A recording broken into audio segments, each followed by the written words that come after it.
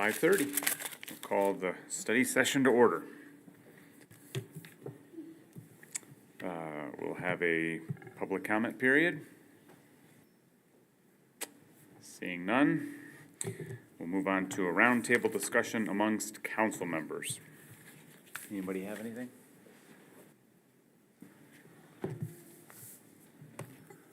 Yes, I kind of have something. I was walking around this weekend. We usually go for walks every day, and I noticed some of the light posts were looking kind of red instead of black, especially down on the riverfront. But I know we did like a cleanup with public spaces and stuff to clean up by the riverfront behind on Water Street. But would it be something that we would be able to maybe get the community involved in to come out and paint light posts? I just think that if we start getting community involvement, they may take more pride in the city. Because I've also seen a lot of trash everywhere that I go in to pick up, but just thinking of a way like to get that done without having to have city staff do all of it. Like if it was something public spaces could maybe talk about, I don't know. Instead of paint a mural, paint a light post, black. But, and then I know probably when we go over the Streetscape update, the lines, like in all the arrows and stuff, they are horrible from the plowing. Is that part of the punch list, or are we just out of luck with that? Does anybody know? Yeah, and the turn arrows. Yeah, those are gonna be readdressed, but not part of the punch list, just part of the annual line striping we do in our city downtown. So that's nothing, since it's so new, like they're not warranted or anything like that, that we can. nope, the lines went down just as they were designed, and our plows removed the lines just as they are designed. So, yeah, it has to happen in every city, because that's the does. standard now, is that Yeah, tape yeah. now, right? Up to 2019, I think it was 2019 or 2020, we stopped our annual striping of our downtown. So you guys haven't seen it, but up to that, we do an annual striping of our downtown for the yellow lines as well as the parking lot. And the reason we stopped during that time is we knew this project was coming, and we were just saving that money, you know, to build up a little bit of a savings account to pay for our downtown project. So we're gonna start that back up this year. And the way that road is designed with the crest right at the middle for drainage, you know. As far as the picking up of the trash around town, is that something that students could do for their, Community service. thank you. Yes, community service? I know the painting, I don't think they could, that would be. Disastrous. Yeah, so just, I will address the paint chipping. So a technical term, we rattle can those, which is spray paint them every few years. Jeff said they did them probably 3 years ago. Getting the community to do it, you guys are all members of the community, email your friends, say, hey, we're gonna meet down here. If you need the city to provide the paint, we can do it. The problem with spray paint, just so you know, is overspray. Not everyone knows how to, paint with spray paint, so. Picking up trash in the downtown, I know the Sassy Olive for the past 3 years has done the Earth Day cleanup downtown, where everyone has met at Sassy Olive, and then a bunch of people just go out in groups around the downtown. Broken Arrow supplies a dumpster downtown for that to be, trash to be put in. Honor Credit Union also participates in a fall, a day in the fall time where they come, they're out of the office and they just hit the downtown and pick up trash. They pick up trash. So that is something, we could look at or consider. By we, as citizens, reaching out and joining and being part of those projects.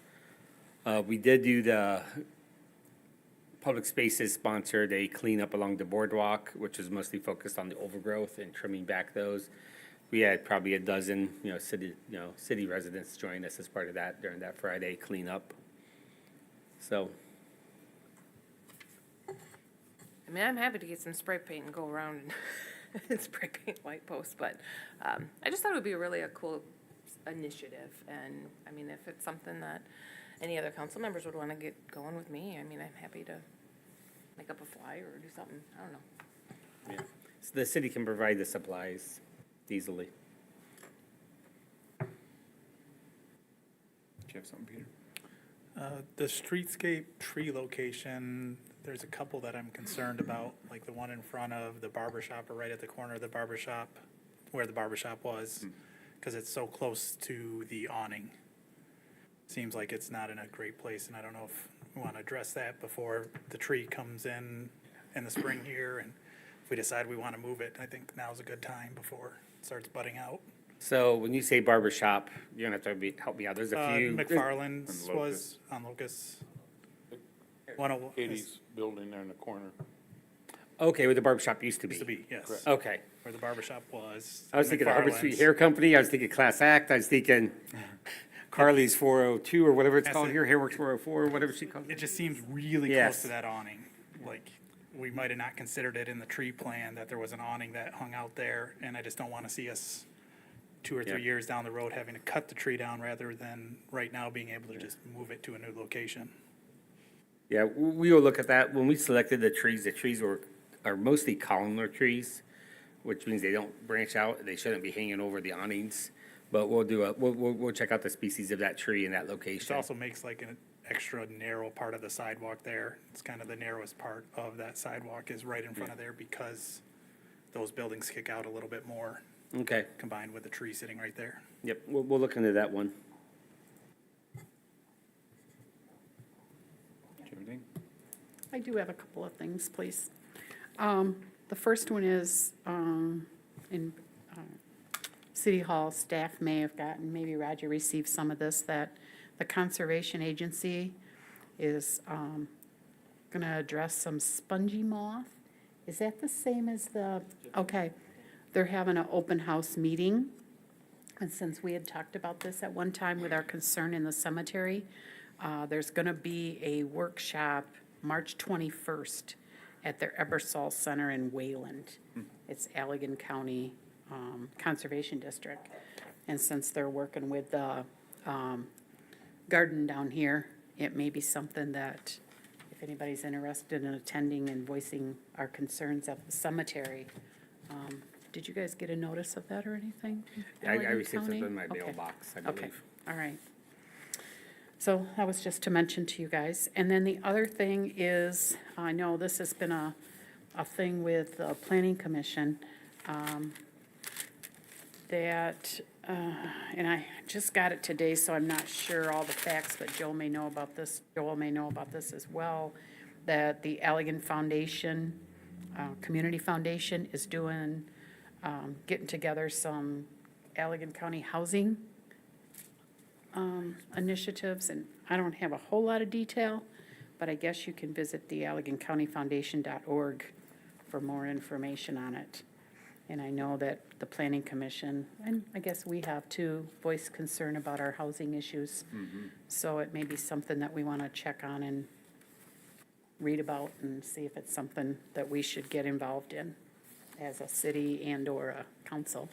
Yeah, So, Just so you know, I'm on the task force for that, so good. we have a Okay, seat at the table. Is that what you were out at? Yep, I'm on, the yeah, that's what I Health was. Department for the other day? Correct, yep. Okay, all right. And then I'm I also figured on you guys the knew State of about it. Michigan's Region F Perfect. steering committee as well. I'm the chairperson of the Housing Stock Committee for that, and Region F is the 14 counties that make up West Michigan. Okay, So the city, and the reason I chose, or I positioned myself to get on there is just so Allegan has a say in that development of that policy and hopefully can result in money, okay, Coming good. Allegan's And way. Yep, okay. And I which is what every wondered if city you manager were. should be doing, in my Okay. opinion. All right, okay. Teresa, could you send that information for the gypsy moth to Peter, to Parker, so he could send it to Peter, who's in charge of the cemetery? Oh, Savage, yep. Peter Savage. Okay.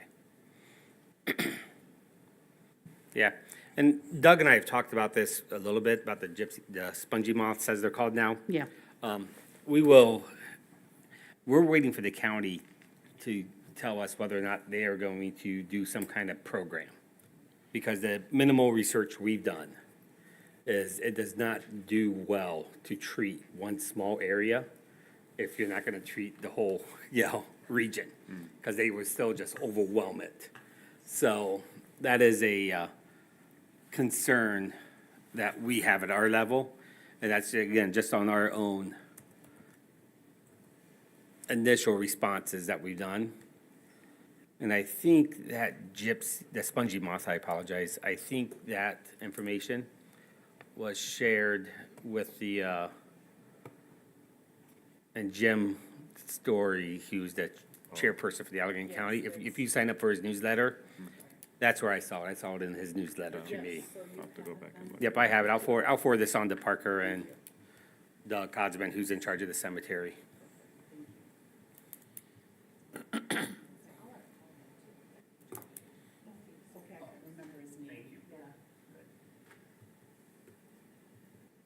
Is that it, Teresa? That's all I had, thank you. Mike, anything? All good. I don't know if everybody got one of these. Speaking of Allegan Conservation District, there's a groundbreaking ceremony on April 20th, which is a Saturday, Earth Day.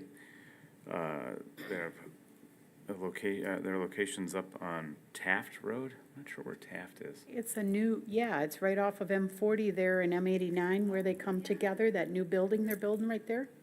Oh, okay. So from 9:30 to 2:30, they're doing a groundbreaking. Family friendly, bring the whole gang.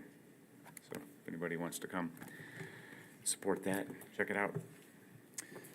Yes, actually, that was on part of this Oh, that's on there too. vacation too. They didn't call it groundbreaking, but it was an open house. All right, so if there's nothing else for roundtable, we'll move on to item number 4 with a high-level fiscal year 2025 budget review presentation. Joel, Tracy? I'll handle this. As stated in your packet, what we want to do tonight is just go over, again, a high-level, projected, budget, showing you where we are, kind of giving you a sneak peek of what's going on. The first slide you see here is our general fund. We always like to focus on our general fund. The other proprietary funds are kind of restricted, and they kind of have, already set revenue to cover their expenses. But the general fund is the one where we can be a little more flexible, and also we can't use any money from proprietary funding to go into our general fund. So, long story short, we are projecting about 8.7 million in revenue. We're going to borrow some money from our general fund balance, and we're going to spend about 10.2 in our general fund, and we're going to end the year, we're projecting at 1.3. So historically, the city council in Allegan has always wanted to be north of $1 million in their general fund balance. We're north of the $1 million in the general fund balance. All of our revenue, we're looking at a total income of 18.2. Property taxes make up 2.8 million. Licenses and permits are 324,000. Grants, if they all come in, will be around 3.2 million. Our transfers that we do is 396,000, and Tracy can speak up and cut me off if I misspeak here. Our state shared revenue is 1.3. Charge for services that we do is 2.3 million. The remaining part, the fines and forfeitures, the interest income, is just around a little more than 100,000. Our Act 51 funding, that's for streets, that's the gas tax stuff, is around 937,000. Our utility rates brings in about 6.6 million. And then we have other funding that we don't classify in the above categories, around 7,500. I do want to take 2 seconds and just make you aware of the property taxes. There is a petition going around the state for Ax My Tax or Ax MI Tax. I don't know much about it, except for what I've read online or gotten through one of my, periodicals through my professional association. But if that goes away, if that gets enough signatures, it gets on the ballot in November. And if it, if they vote it away, we'll have a different conversation next year. Mm-hmm.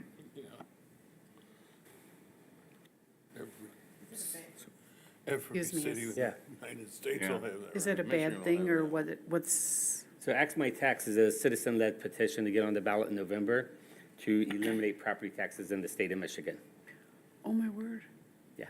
So they have a plan to replace the property taxes and really just focus on essential services. But there's really just, you know, you can do your own research. And if it does make a ballot, we'll probably have a deeper dive into it right now, but they're collecting petitions right now. And the only reason I brought it up now is because every time I talk to someone, they're always like, what are you talking about? So just bringing it up, you know, elevating the issue. Can I just ask a quick question on that last slide? What is the difference between the charges for services and like the utilities? What other services are we charging for? Thank you.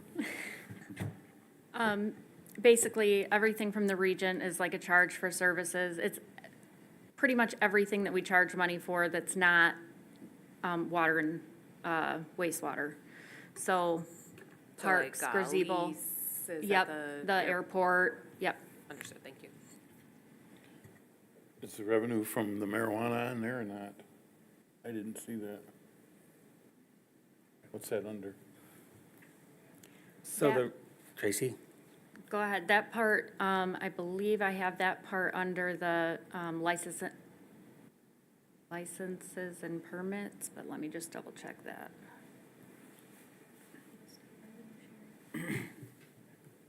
It could be, yeah, it's either under that or the state revenue sharing, because part of that, like the 30,000, Joel, that we get, I think is under. Licensings and permits. And permits, and And then the taxes we get from the state would be under the state shared revenue. That's what I was just wondering. Yeah, we get, Broken we, down. we get two funding sources through the marijuana. The local fees that are $5,000 per license that we charge. So that would be under licenses and permit, and then the other one, state revenue is what the state gives us. it is under licenses and permits, Thank you. all of it. In that, those expenditures, we've still got some grants outstanding that could help that somewhat, correct? The Mahan Park and the parking lot grants? Yeah, so the projected revenue that grants and loans, that 3.2? Mm-hmm. Yeah, that includes all the grants that we have out.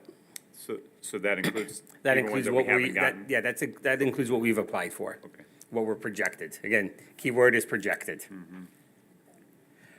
Yeah, when you break down the expenses, the city manager's office, which includes city council, legal, things at city hall, our Regent Theater, Griswold, and internal staff here is 1.3. Finance department's 1.3, roughly 1.4. The police department also includes our contribution to the fire district as well as the EMS. EMS, and they are at 1.9. Department of Public Works is 8.4, and Water Utilities is 3.2. 6.2, thank you.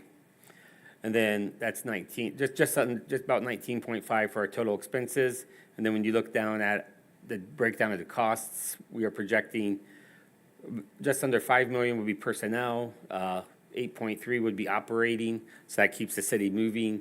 And then 6.1 is the capital cost, that's the reinvestment back into the city.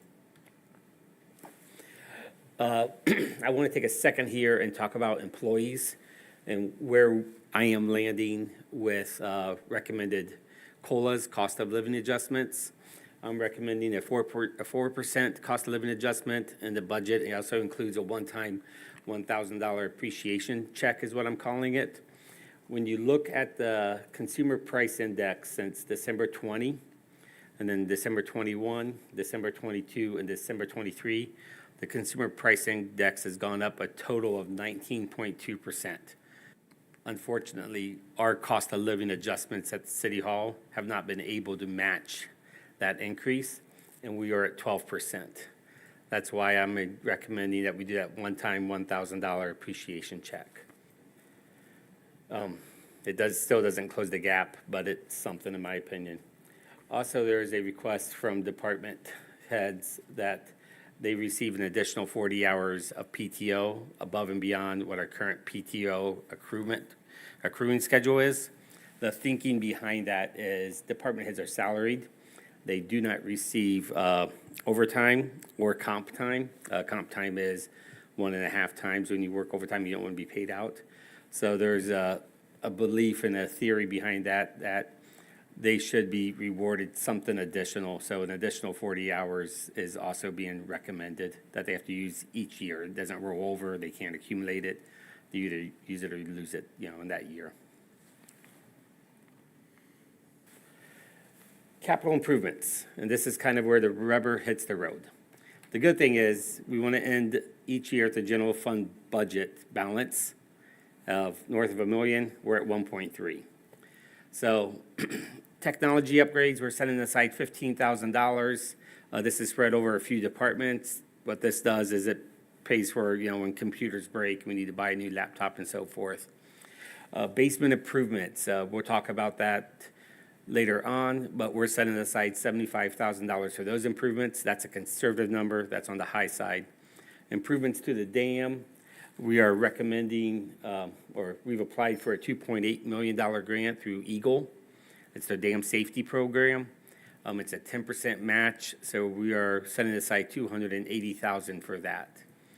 Hubbard Street parking lot, the total cost of that is about $850,000.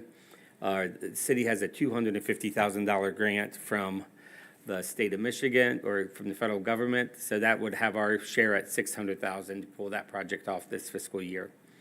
We're continuing our $10,000 set aside for the police radio program.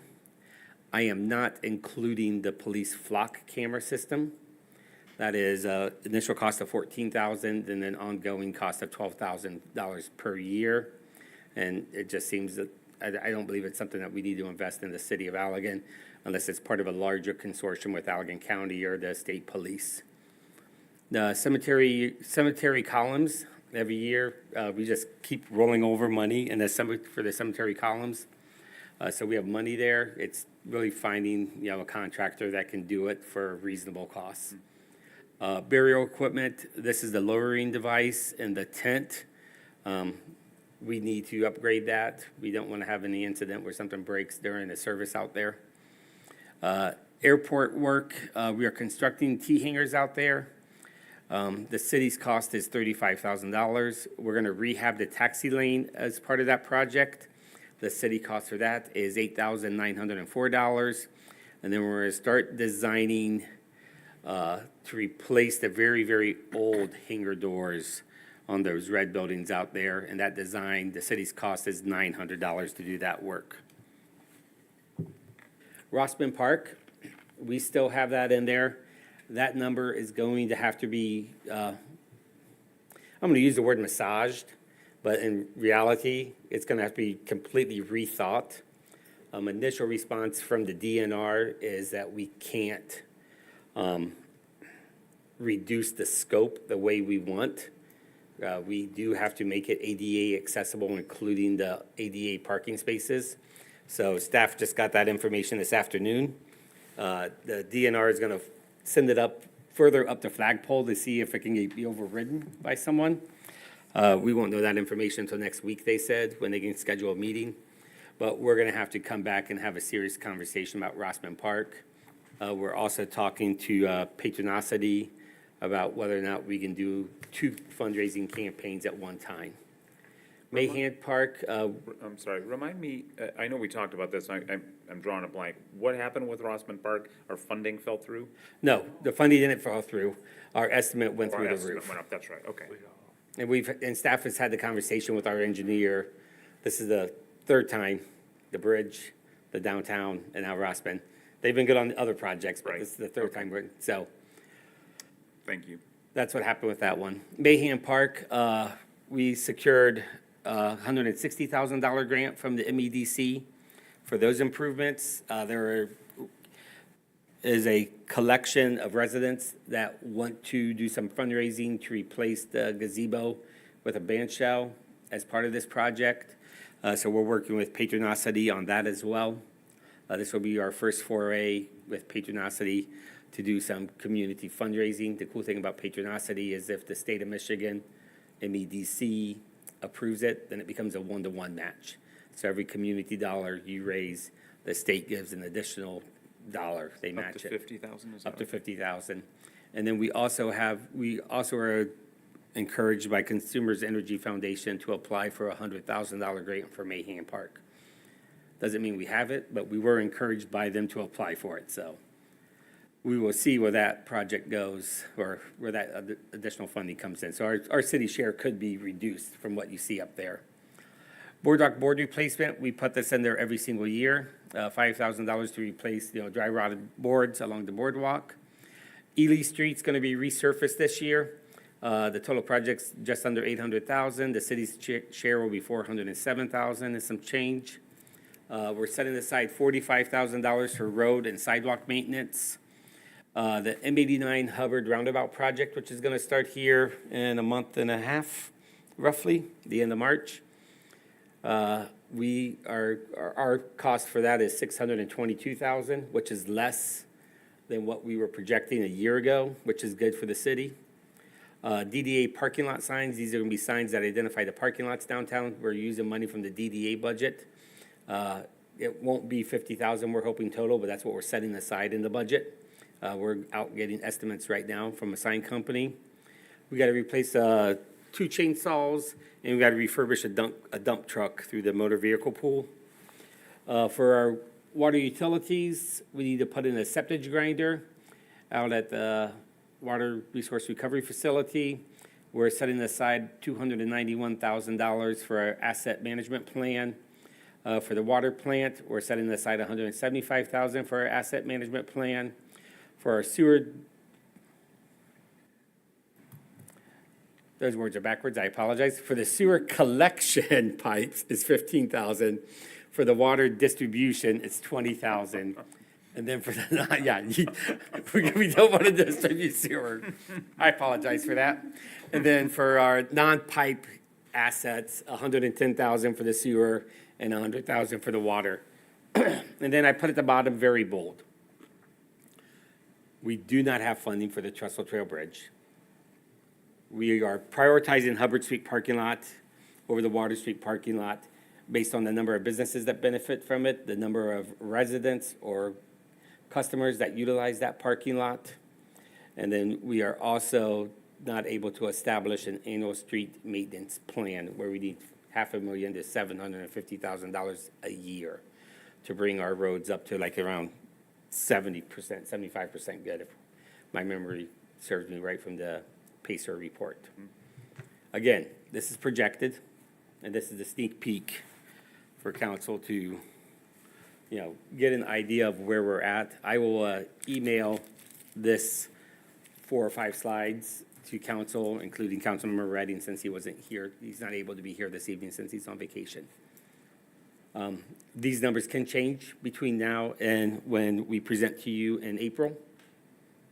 Things are still being, now I can use the word massaged. We're still telling department heads yes or no. There's a couple things that we're floating with in our head. Do we move forward with this one or not? Any questions? The column repair, is that just put on there and you don't use it? Is that what you're telling me? So that's been on there now, I think, for 2 fiscal years. We've gone out to bid. The lowest it's been is like in the 70s.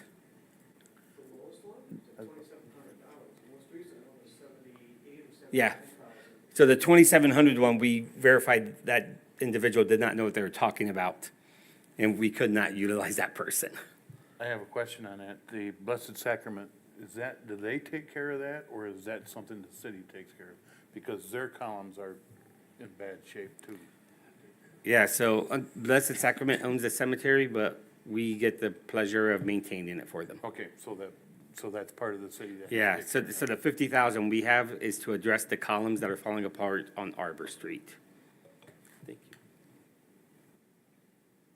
So, I just had the question Yeah. on the Blessed Sacrament.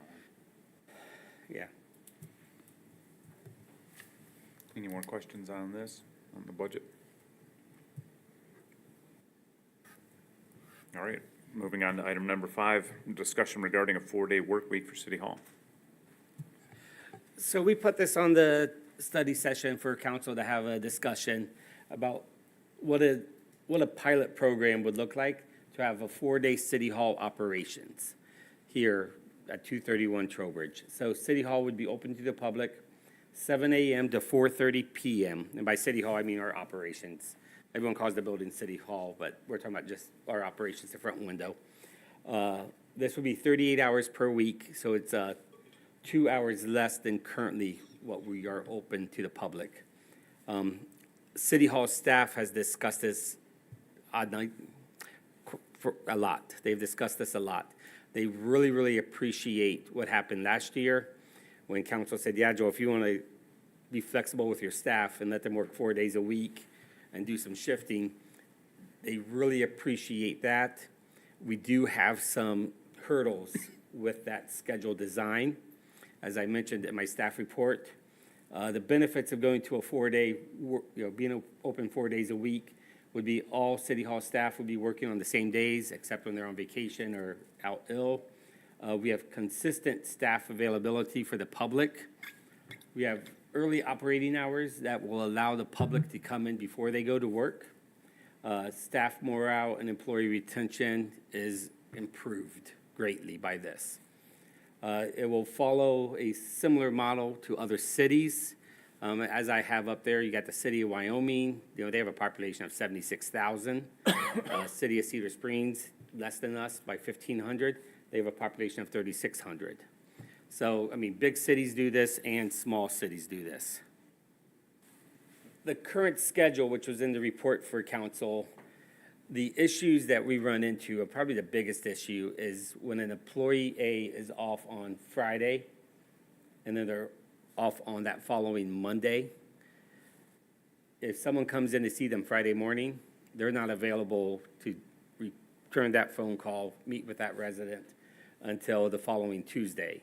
And if that Monday happened to be a holiday like President's Day, then they're not available till that Wednesday. So we run into a headache there.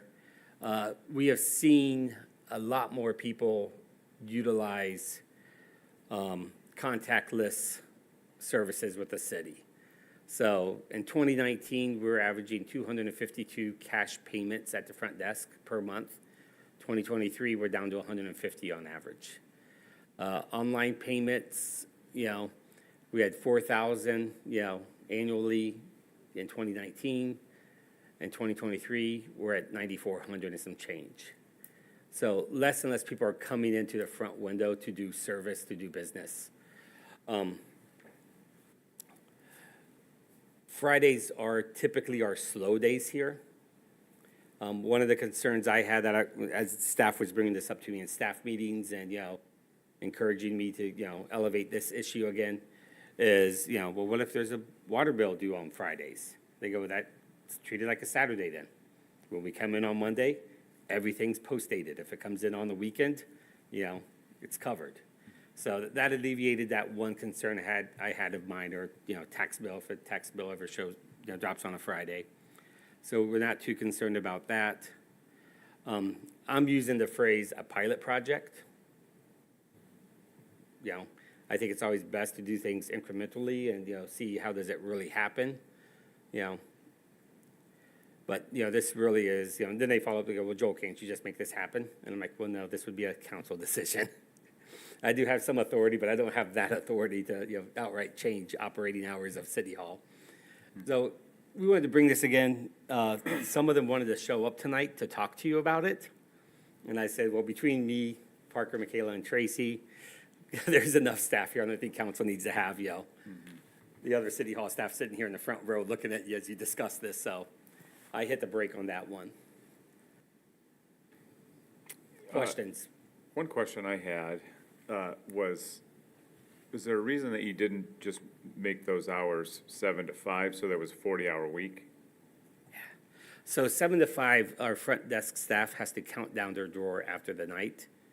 So if they're here 7 to 5, then they're here 7 to 5:20. So they And still have that's a 40-hour overtime. week. They do. So that's why we cut it at 4:30.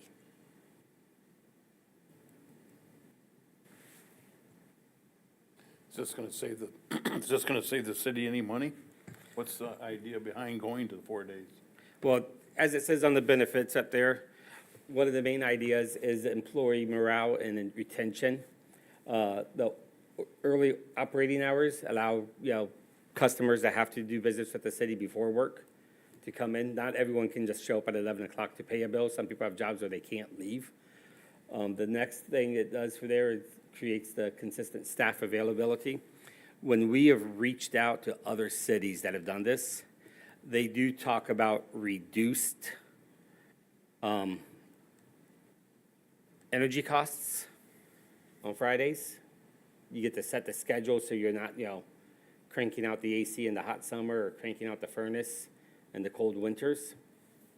So you see opportunities there. You have a reduced electric, consumption occurring at that time. And then, I would say those are probably the main benefits that we heard.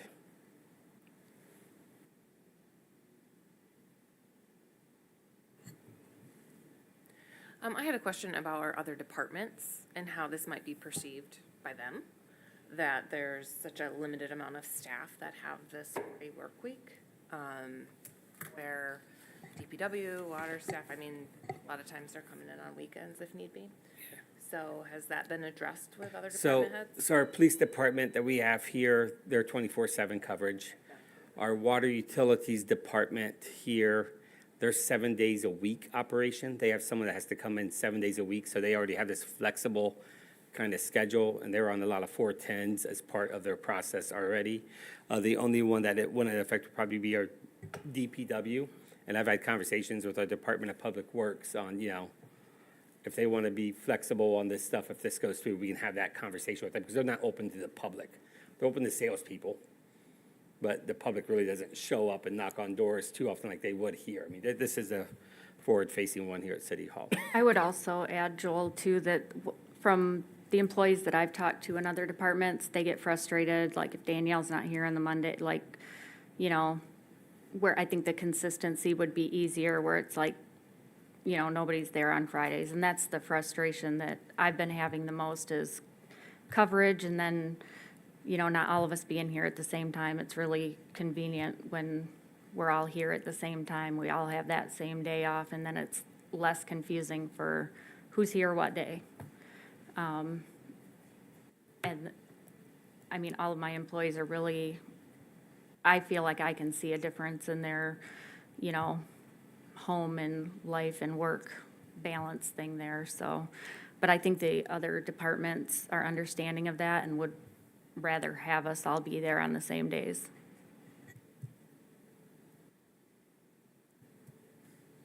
I'll just say personally, I'm kind of torn about this one. I was the last time it came up too. And I thought this would be a good option for 4-day work weeks for people, but having City Hall open. I think the utilities, thought isn't great because other businesses use City Hall, so we still have utilities pumping in. I obviously want staff morale to be good and to have employee retention, but I also want to have services offered to our residents.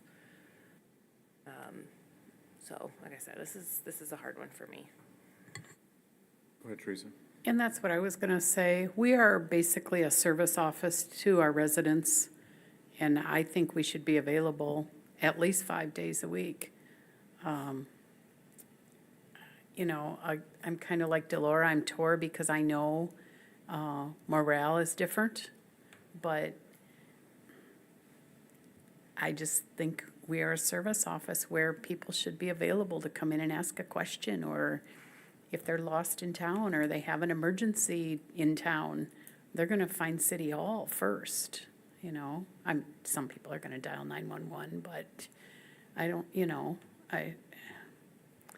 I again am torn because I know morale needs to stay good in a working environment, but I also work in an office where I was hired to work 8 to 5, like everybody here at City Hall. When you say pilot program, what did you anticipate, like trying this out for 3 months? Like, what's the thought with a pilot program? So my recommendation is that we take it through the end of the year, so we cover all the seasons. Would be my recommendation, with the caveat that if it looks like it's going off the rails after 3 months, then you end it after 3 months. But, at least let's get through, I would not want to do it for 3 months, say, oh, it's great, let's do it forever, and then find out in November, not so great. So I would recommend you get through the spring, the summer, and the fall, and a little bit of winter with December, would be my recommendation. If we approved a pilot program, I would want to see any, like, communication from residents with any complaint about being closed Yep. on a Friday if they came in and weren't aware or anything like that. I'm kind of in agreement. I'm torn too between this. I really am. I've come from 60, 70 hours a week. Joel works 60, 70 hours a week. Parker does. We're all happy. And it's, well, maybe not Joel, but No, I'm I happy. don't understand. To me, as a business person, I look at it as a money savings. It's not saving the city any money whatsoever. We are here for the people of the city of Allegan. Not so Betty can have 5 days off at the campground instead of 2 or 3. We are here for the citizens of Allegan. That's the thing that tears me apart.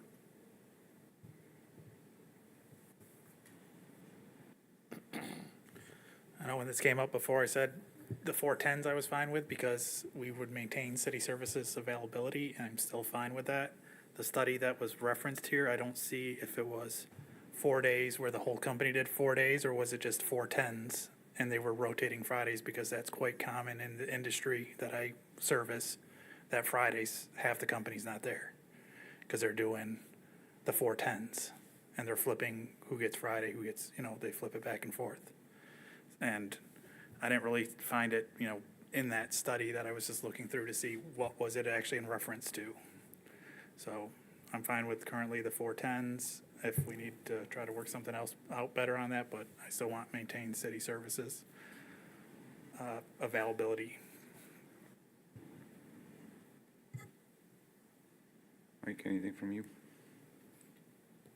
My thoughts are this: I don't work closely enough with City Hall.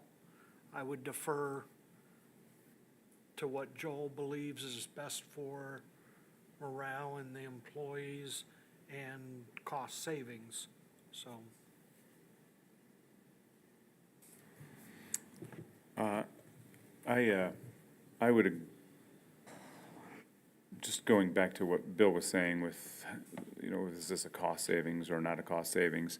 I think our employees are a resource, and if we can do something that benefits them, that's, may not have an initial monetary value, but it certainly in the long run has a monetary value and has a value to the city.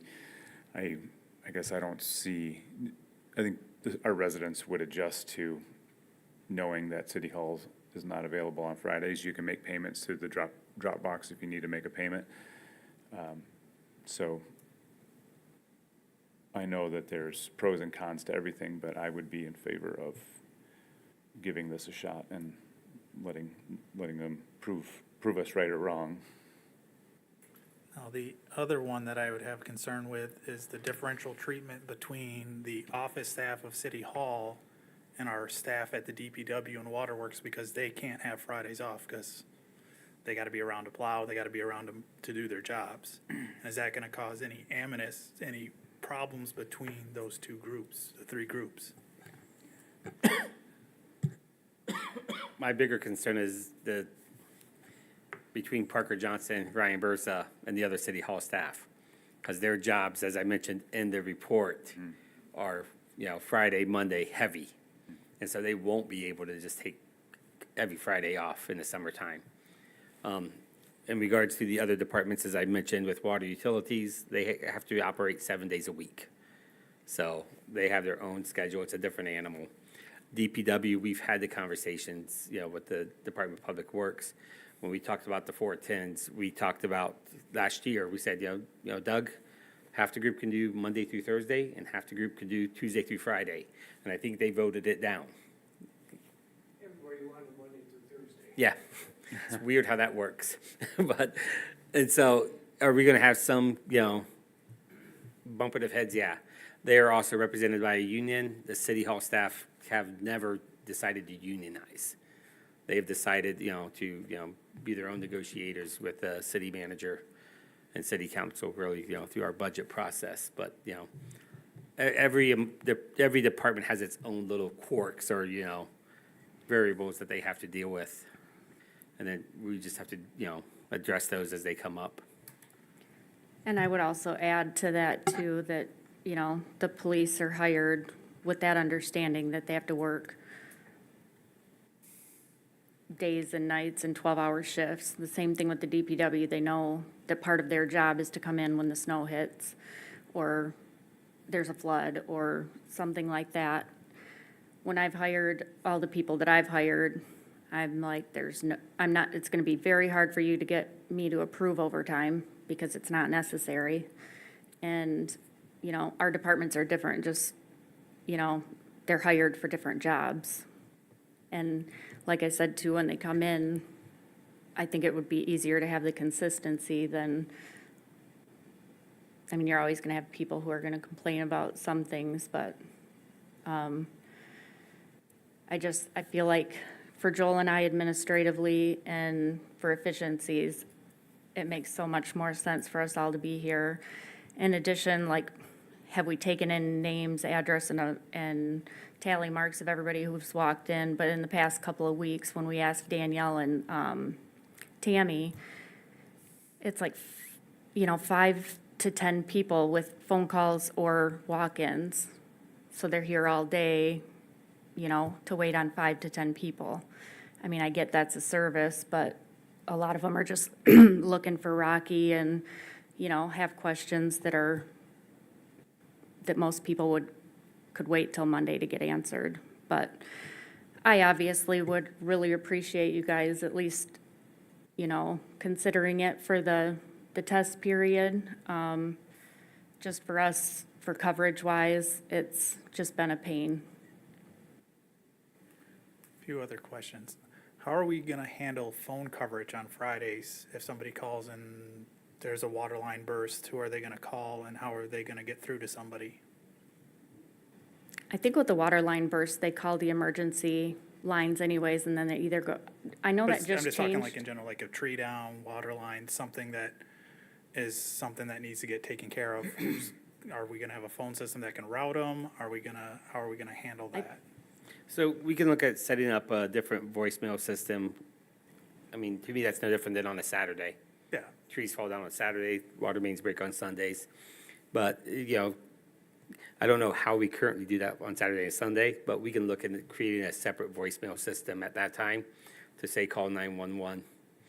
That's what they're instructed to do. When I get a phone call from someone saying, hey, there's a tree down, I was like, did you call 911 yet?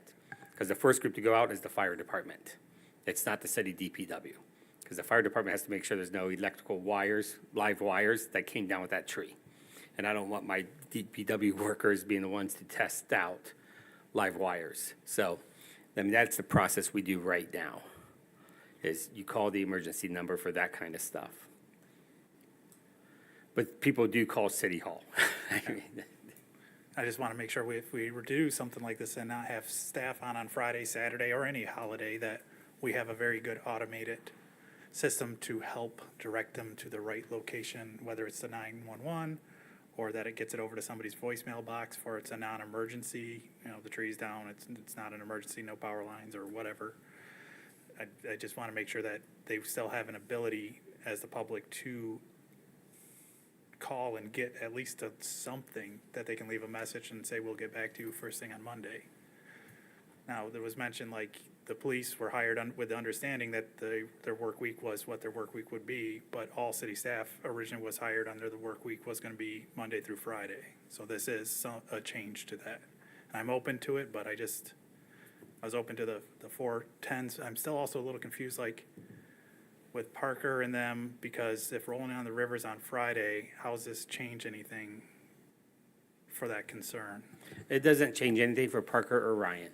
So They will not be Monday through Friday. They'll be Monday through Friday still, just like they always are. I will still be probably coming in 5 days a week because I'm not someone that can work from home or hang out at home. Kind of like City Hall. Outside of the summer, Monday, the 4-day work week might work for you and Ryan, right? We've also got festive Fridays in the wintertime That's true. is another consideration. And then oftentimes shopping at like downtown events happen on a Friday or Saturdays, which again, like Joel's been saying, Ryan and I are accustomed to working Saturdays during the summertime, Friday nights during the summertime. It's just kind of built into our schedule. Yeah.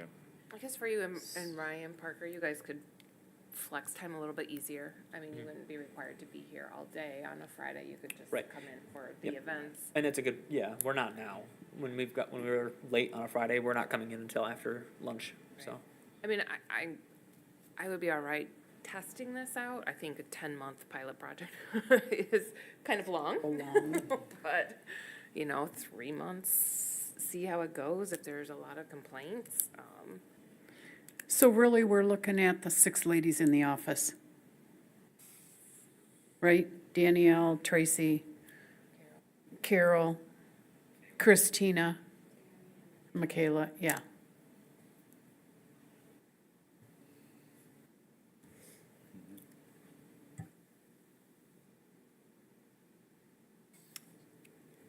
So are we willing to, I don't know, we Do don't a make pilot decisions program? in this meeting. I know, but I just want to give I want to Yeah. give direction to So, staff. so what I'm hearing, if I'm reading the room right, the majority of you would be comfortable seeing some kind of resolution and program. That's a pilot program, establishing the operating hours of Monday through Thursday, 7 to 4:30.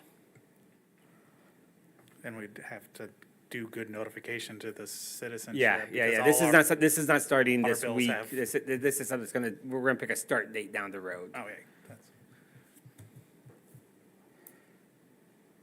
The phone system questions answered and a couple of those other things kind of answered. So we got a good idea of how this would actually all operate. And we'll see where that resolution goes. And I'm definitely with Delora. I think 10 months is a little long for a pilot program, because guess what? Lo and behold, 4 of us aren't on council again when the pilot program comes up. So I think it should not be 10 months. I'm against it anyway, but. I said the majority for her reason. Yeah. So we'll go ahead and we'll put something together for you guys to consider at an upcoming meeting. If that, I mean, Sounds and good. we won't go with 10 months. I'm hearing 10 months is too long. Thank you. All right. Item number 6, discussion regarding use of the city hall basement. All right, when we constructed the city hall in 2019, the goal was to lease out all spaces that's not being used for government purposes. The basement at that time was subdivided into several offices.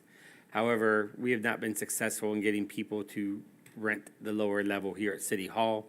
We have been successful with the 2 lease spaces on the first floor here. So Ryan Berza went down there and he measured all out what it would look like for us to do 25 storage units. This report was in your packet. On the screen, you can kind of see a diagram of where we are looking.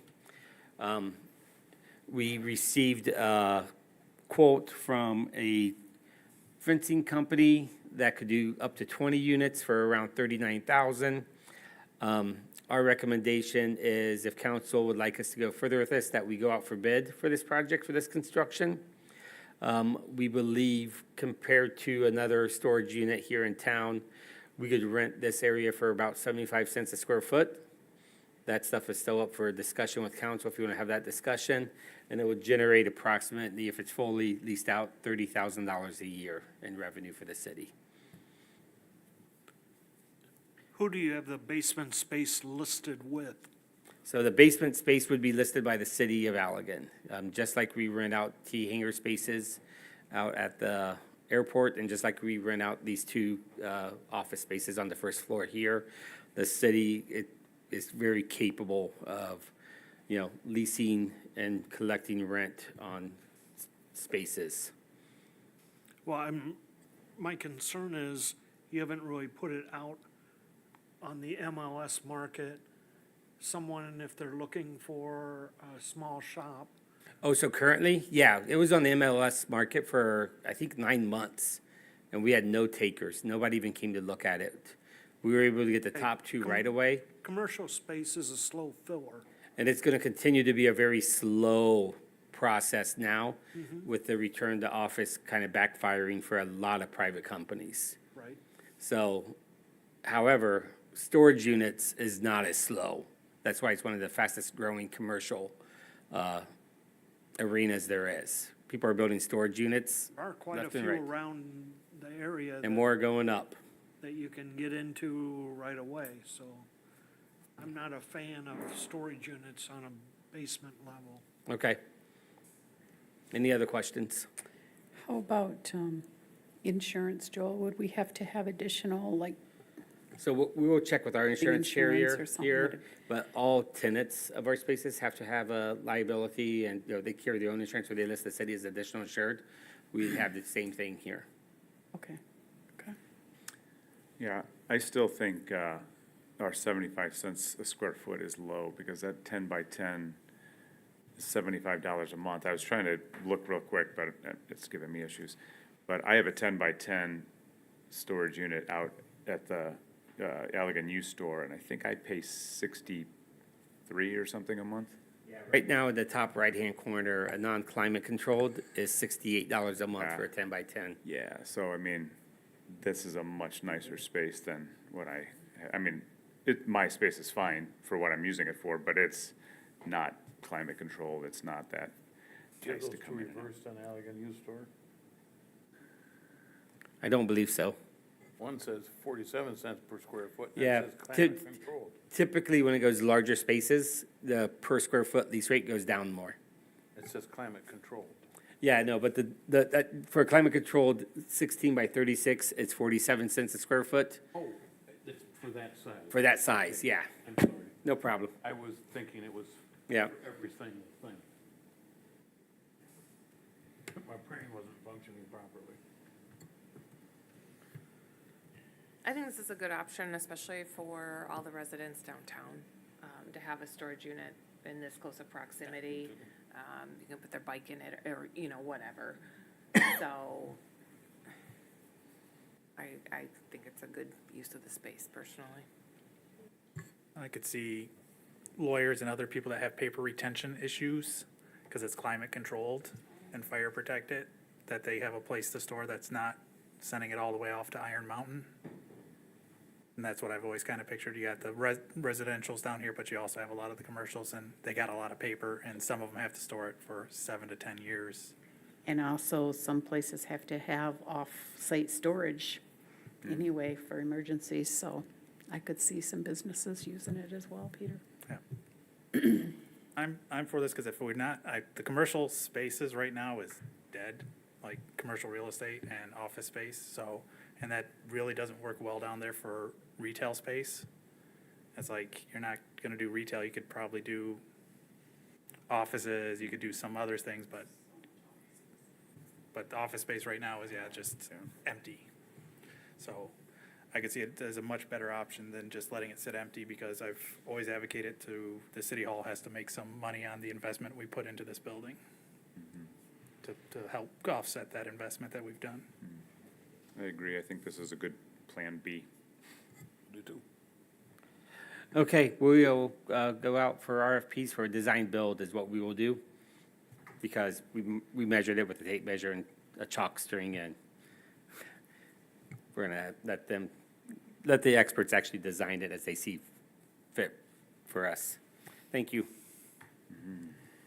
Item number 7, review of downtown infrastructure and streetscape update report. Sure, so we are still working on the downtown streetscape. The veneer work is still continuing. We might be adding some more landscaping. These are low-lying plants. Once these bloom in, we'll get an idea if we like the oomph that we were hoping to get. Security camera installation should be happening this week. We still have street furniture that we have to put out, but we're not putting that out until the security cameras are installed and working. We still have overall cleanup that will happen, and there is a punch list that, still has to be addressed and signed off on. One thing we are flirting with as part of this project is the installation of flagpoles on the lampposts The original design did not have them. We are gonna go away from that and just do like periodic places with sleeves in the concrete for flagpoles. After the lamp post went up and, we've had a different discussion at the staff level thinking we need to do something to get flagpoles on those lamp posts for the Memorial Day. You mean like little shepherd hooks coming off or something like that for those type of flags? So Is we that are, what you're- yeah, Okay, yes and yes. So we are looking at two different options. One is just a flagpole that we put in, a nice 3x5 flag that Okay. drapes out. But we are also getting prices for two things where you could like put banners in between them, including, American flags as well for those. So those are something we're still just kind of kicking around at the staff level, and we'll give you an update once we I think are that's in a good like- direction. and that's what I was talking about, Joel, at, I remember if it was DDA or planning when we were doing the wayfinding. Or Yep. was there on the bridge on M222 when we said there's no good point, like we've entered Allegan County. If we were gonna do that, that maybe could kind of tie in with that to like, here's this, or, I'm sorry, Allegan City, not Allegan County. Yeah, because of moving that sign from Village Market Express there, we didn't have a good cutting point of where you enter the city, so that might be a good idea to tie in something there. Very much so. Nice. Where the sidewalks being torn up over by Bubba's, is that just gonna be repoured as is, or is there reconfiguring going on there? There's a slight reconfiguration that has to happen there. The way they poured it did not meet our standards. So the engineer and Milbacher are working on a correct design for that area. And then you're gonna have fencing that's gonna go up along that area as well. Fencing? Yeah, What's that? It's a high. It's elevation Oh. issues. yeah. Yeah, you have a raised patio where if you walk, when Bubba's comes back and you walk out, it's like an 18-inch drop. I have another question. Are the benches gonna stay facing the way they are, or are they gonna face the street? The benches face the buildings, so people can see what's going on inside the buildings and wait for their loved ones to come out shopping. We do not want them facing the bumpers of cars. Okay. There are a couple that face the street along Hubbard. On the Hubbard Street parking lot side, we have one facing Hubbard Street because it's more attractive than facing the parking lot. So we're trying to have them face where the activity's going. Okay. Looks weird I sometimes. was just curious because of parades and stuff like that, that kind of, When in I festive first saw Fridays, it, it's kind of nice to see what's going on in the street. yeah, when I first saw it, I thought that's weird too, but then as I was running through my mind, when we go to Saugatuck, all their benches face the stores. But when I first saw it, I'm like, that looks backwards to me, but I guess it's not. It's called the old man bench. My grandpa used to use them all the time when he would take grandma shopping. She had no license, so you would find him in the mall at the bench, looking at the store, reading his paper, waiting for grandma to be done shopping. I can relate to that. The caps over by Tantric, those have to be put on, yeah? Yeah, so that's part of the stone veneer work. And then in front of just west of the Riverfront Drive coming off Hubbard, we're gonna put in a fence there. We were just gonna do a cap, but that's still like only 12 inches and it's a tripping hazard. Yeah, on paper it looks great. In practice, it wasn't smart. So we're fixing the dumb things now. Anything else for downtown, the streetscape? All right. Item number 8, review of December 23 and January 24 revenue and expenditure reports. Tracy? Just providing them like I do at the end of every month, and not sure what was going on at the end of January that I didn't send December's, but you're getting them both now. So if you have any questions on anything in particular, December should match everything that was on the second quarter budget adjustments that you guys reviewed. So there should be no surprises in there, and yeah, I can answer any questions if you got them. It was a lot of numbers. Anything with that? All right, item number 9, review of council agenda. Anything? We'll have to have a motion to excuse Councilmember Redding.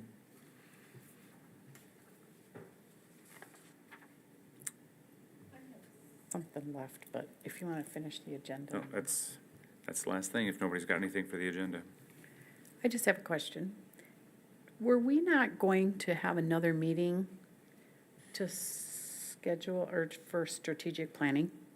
Were we going to include that like in a study session or something to prioritize our, Your goals? Our whiteboard stuff. yeah, yeah. It's good. It's a good reminder. Okay, I just thought, well, I'm getting old, maybe I missed it. You had that See meeting, ya. Teresa, do you not remember? See what you guys do to me? You guys want to RF have a does it every- special meeting to do that? March 25th is when you review this fee schedule and the approved vendor list. Do you guys want to have a special meeting to go over the goals, or do you want us to try to include that into a, Is that a regular meet, like a Yeah. study session, March That's a study 25th that you're session. having? yep, it's on your budget, it's been on your budget schedule since the beginning. I'm going to voice my opinion on that. It seems like every year, we don't take a close look at the fee schedule because it's at the end of our budget thing. And then when something comes up, somebody complains about the fees or wants to change the fees, and that's happened every year I've been on council, that we don't take enough time to look through the fees because it's included in that budget. So I'm not sure a study session is enough time, but that's just my opinion. So that will be the only thing on the study session, is the fee schedule. So it is more of a special meeting. Yeah, it's an hour and a half long. There won't be anything else on that March 25th, study session. I think as long as we just pre-set out the goals to us via email, what they are, and then we can have that kind of prioritized already before we arrive, and then we probably would be able to get it all done in time. Sounds good to me. Staff will get on that. We have not started, summarizing what you said at that meeting either. Thank you for that, Teresa. Thank you. All right, if there's nothing else? I see the I was hands. just, thinking back to like the budget and stuff, and I know we had vaguely discussed maybe a street millage or something like that. Is that something that we've thought about more? Do we have numbers for that? Is that something we want to talk about as a council, since we have upcoming elections? I would like to talk about it, I really would. I would as well. It's something that we need, we As- got that thing that we gotta prioritize, Well, in our proposed budget for 25, it said there was no money for the Pacer, the Correct. 500 to the 750. So if that's something that we want to start doing, which we desperately need to do, so we don't end up in this situation over and over again. And I just want to be clear that we are not the only community that deals with this. This is something that's been historic for most communities, but if we can start getting ahead of it, I mean, I'd like to see that as a possibility, and then if it's not, we need to take a look at some other things and see where we can cut to start funding our streets Yeah. on a regular basis. But I think I also want to look at more also out to 26 and 27, what's our capital improvement plans and what those are like, and do we just have too much in the 25 budget? We have the parking lot at 600K, we've got the parks at 200, 300, well, about 300K being spent alone in those. And it's like, what else is in the future beyond just this budget? We're looking at this budget year, but what else is in the future? So is it, we have too heavy of a budget this year and we need to say some of these projects just aren't gonna happen this year? Or is it gonna lighten up in the future? We have a projected CIP plan, don't we? We do, but I also think that's something that we need a meeting to go over in detail so you guys see how that's transferring over to each budget and each fiscal year that we have out and down. I feel like that needs, A little work. yes, and an eye from you guys, not just Joel and I.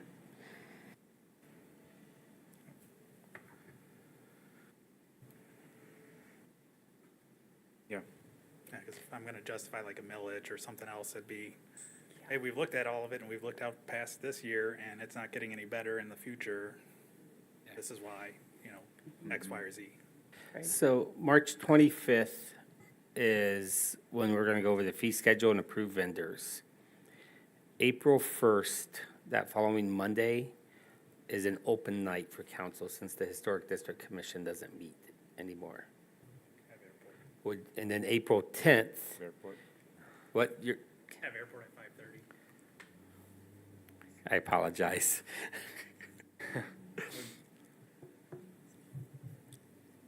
April Fools.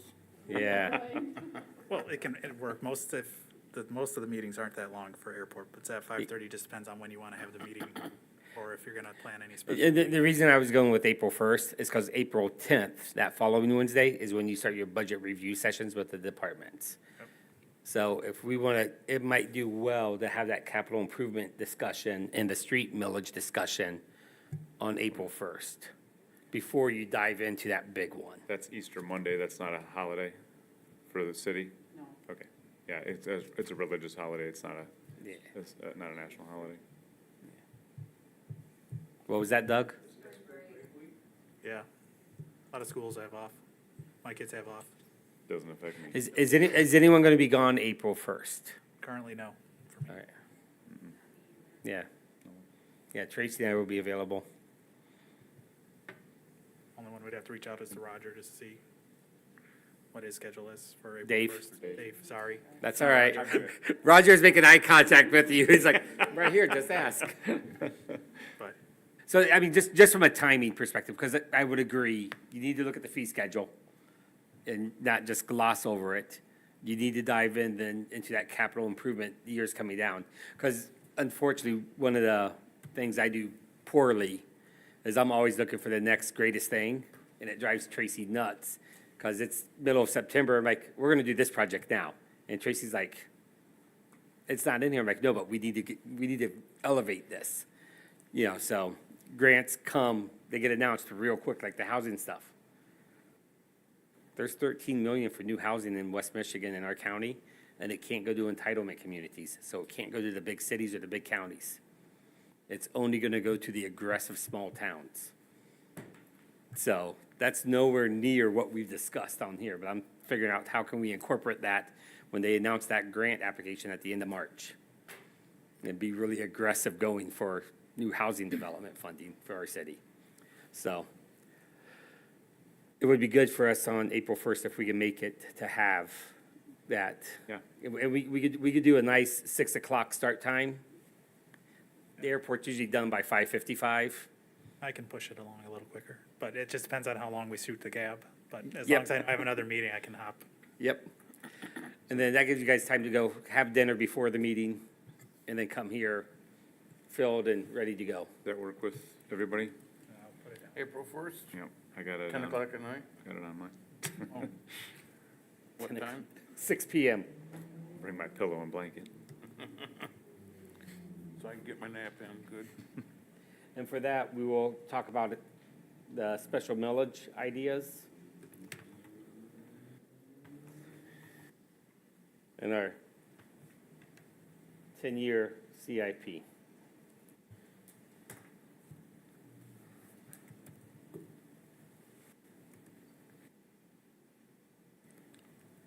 Special millage for roads and parking lots, right? We'll talk about all kinds of special millages. Okay, Spanky. All right. Yes, Oh, you covered both of them. I maybe shouldn't bring this up because I already caused us another meeting, but last year, we had talked to the city of Fremont Oh, yeah. about getting together and In the summertime. medical stuff and all that came about. Have we heard from him this year, or Nope, I have not reached out. It's that time to reach out, so. I didn't know if anybody wanted to take that on? No, I can contact the city manager up there, Todd, and, you know, say, hey, just pick a date in the summertime. Okay. That's no problem.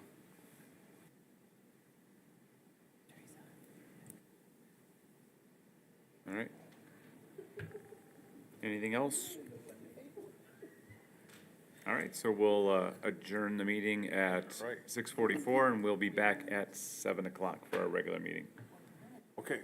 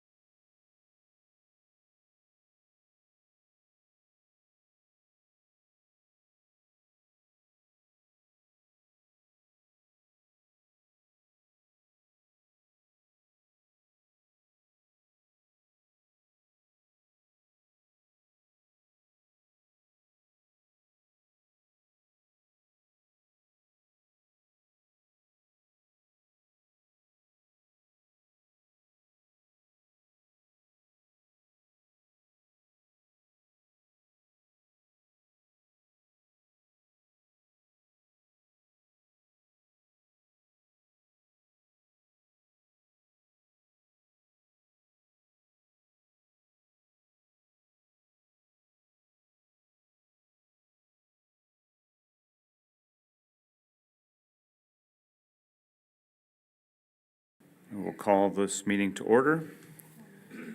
Michaela, can we get a roll call? Absolutely.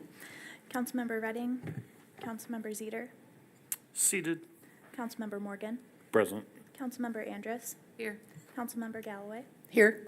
Mayor Pro Tem Hands, Present. and Mayor Byrd. Here. You have a quorum. Thank you. I make a motion to excuse Councilmember Redding. Support. It has been moved and supported. All in favor, please signal by saying aye. Aye. Aye. Opposed, nay. Motion passes.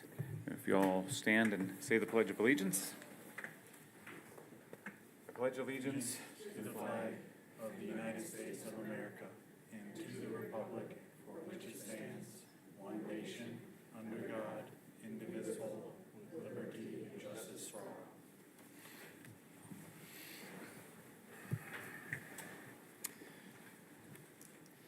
So item number 4, approval of agenda. 4A, approval of the regular council meeting agenda for February 26, 2024. Any changes or things? Nothing? I'll make a motion to accept as presented. Support.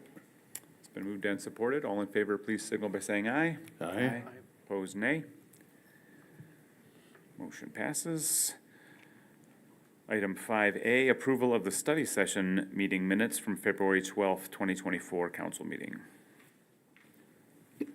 Any changes? Nothing?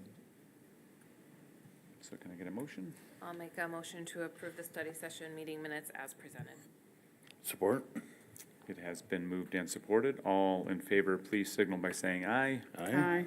Opposed, nay. Motion passes. Item 5B, approval of the regular meeting minutes from February 12th, 2024 council meeting. Make a motion, we accept them? Support. It has been moved and supported. All in favor, please signal by saying aye. Aye. Opposed, nay. Motion passes. And we have item 10, written petitions and reports from special committees. Item 10A, request from Michelle. Oh, you're right, sorry, I got all excited. Let's go back to item number 9 for public comment. If there is any public comment, it's open. Seeing none, we'll move on to item 10A. Thank you, Delora. We have a request from Michelle Oliveri for a temporary parking permit. Yeah, I'll handle this very quickly. Section 26-64 of the city's Code of Ordinances allows city council to grant a temporary parking waiver for front yard parking or anything that conflicts with our parking regulations in our ordinance. Michelle Oliveri is requesting that the city council allow her to park space just to the side of their driveway as shown in the report. She was not able to attend tonight's meeting. Do we have any information on that gravel area that she referenced? Do we know? I mean, what are we? No, nothing more than what she put in her packet, which at one time, it appears that there's a driveway or parking spot. Okay. All right, do we have any discussion? If not, can I get a motion? I make a motion, we accept her temporary permit? Support. It has been moved and supported. All in favor, please signal by saying aye. Aye. Opposed, nay. Motion passes. Item 11, reports from boards, commissions, and city officers. Item 11A, city boards, commissions, and area agencies. 11A1, Downtown Development Authority, February meeting. Parker, since I was remiss in my duties, would you take that Yes, for me, please? since the mayor was absent, I will gladly Thank you. cover our DDA meeting. Appreciate it. No problem. Yeah, one of the things we talked about with the group was a discussion of a potential sidewalk ordinance for the downtown to help regulate things like sidewalk signage, sidewalk cafes. The discussion also included what I'm going to call cigarette butt disposal containers, as well as the conversation evolved talking about non-motorized vehicles like bicycles and skateboards and scooters on city sidewalks versus in the street. So what this was at our February meeting was just kind of a discussion amongst the board. Joel and I are going to draft some language and present it to the DDA at their next meeting based on that feedback. We also discussed the Hubbard Street parking lot improvement project. It was the first time that this board saw the concept plan. We reviewed that together, got some input from them, which was shared with Abonmarche. And then just through discussion, they were very passionate about this project, and so there was a motion made, as you see in the minutes, to urge the city council to prioritize this project, which was voted on unanimously. And then at the very tail end of the meeting, I shared with the group that the Michigan Economic Development Corporation has reinstated their Match on Main program, of which the city has been successful with a couple of downtown partners in obtaining 3 of those over the past 3 years. So this board was very excited to see it return, and when we have more information, we'll share it with our downtown outlets again like we have in the past. So. Great. Yeah, the cigarette things, we have one in front of our building. Nobody seems to know where it's from or whose it is, and I don't want it there because it looks ugly. Yeah. So I'd be happy to have that. As you can imagine, it's a passionate topic of conversation I'm amongst sure it is. certain people. So I mean, if I knew it wasn't anybody's, I would just go yeah. throw it away, but I don't know whose it is, so, anyway. Thank you, Parker. Item 11A2, Planning Commission meeting, February meeting, I will take this. We had an in-depth discussion regarding our residential design standards. This is the zoning changes that we're looking to make to help offset some of the HDC stuff, keep the neighborhoods looking similar.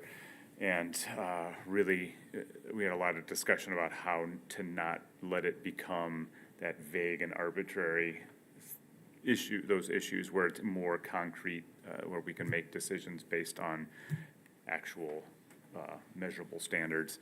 So that's been going on. These are all surrounding 1 and 2 family residential structures, and trying to look at how that process might go, going from the zoning administrator at PCI. If there were issues there, that could be kicked back to Planning Commission, and then if they don't like what Planning Commission has to say, they could go to the ZBA and deal with that. But just trying to create a good process for this to happen and how we keep our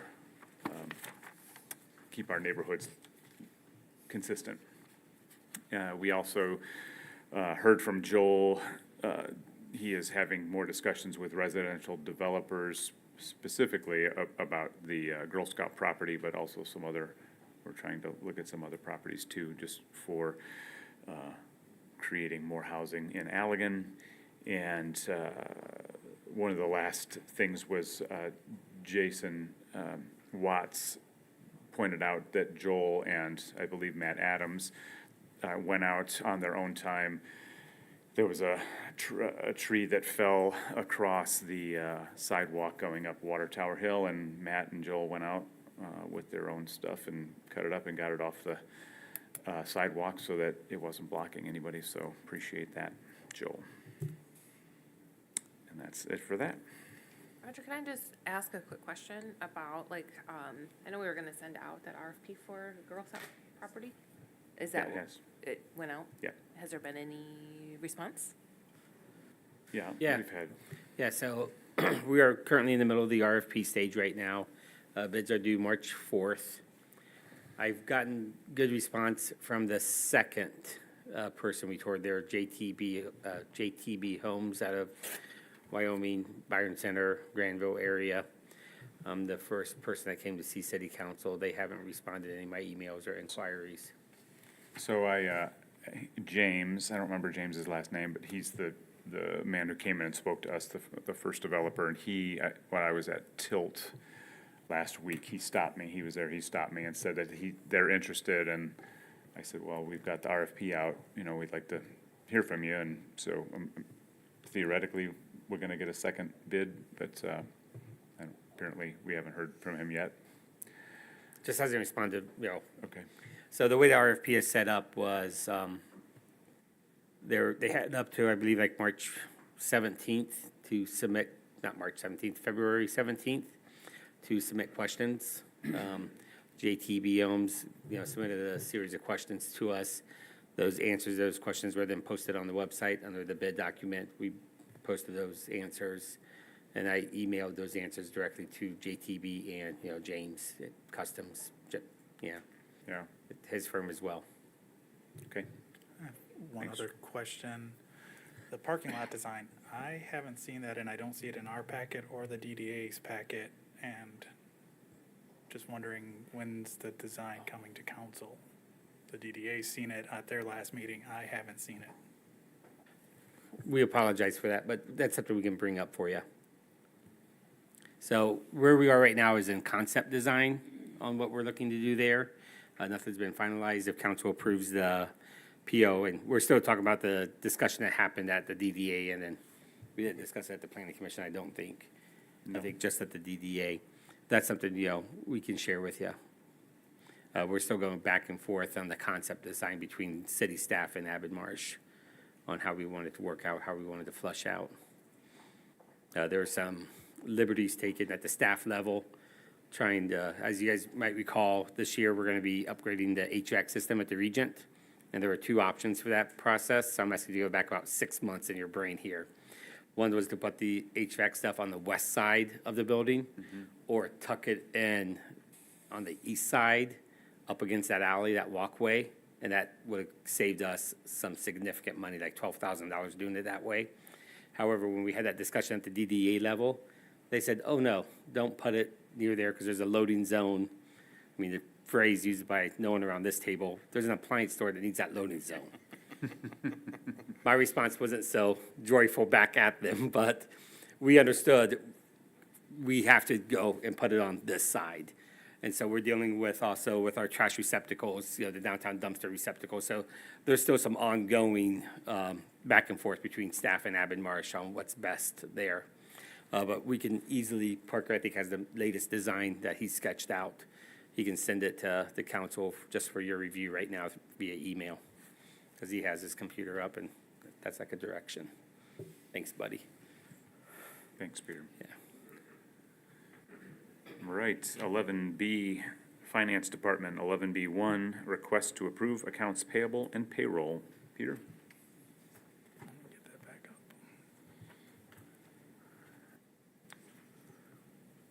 Request that the city council to approve accounts payable in the amount of $1,020,589.81. Payroll in the amount of $108,716.45. For a total disbursement of $1,129,306.26. Motion to approve. It has been moved and supported. All in favor, please signal by saying aye. Aye. Opposed, nay. Nay. Motion passes. Item 11B2, request to adopt Resolution 24.05, Single Lot Assessment Resolution of Determination. Joel? Michaela wrote this report, so Oh, Kayla? I am going to pass it off to Michaela. Yes, so as discussed at the last study session on the 12th, this resolution is the first step to start the single lot assessment process. Once council's approved the resolution that was in your packet, which basically just accepts the report of the fees that are to be charged to the taxes of certain properties that have outstanding invoices. Once that resolution is approved, I will sign it and send it to our assessor and direct her to put together a special tax roll for those fees. And then that will be kicked back to city council for review. Great. Do we have any questions on this? One, I should have highlighted it here.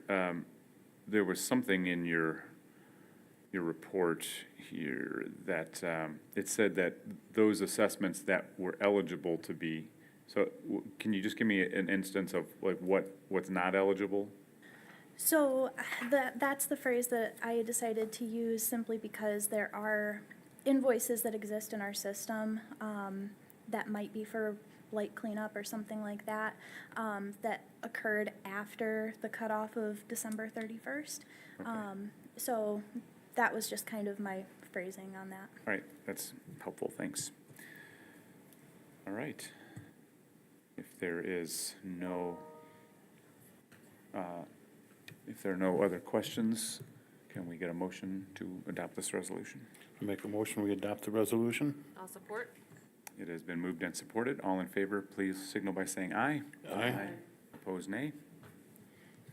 Motion passes.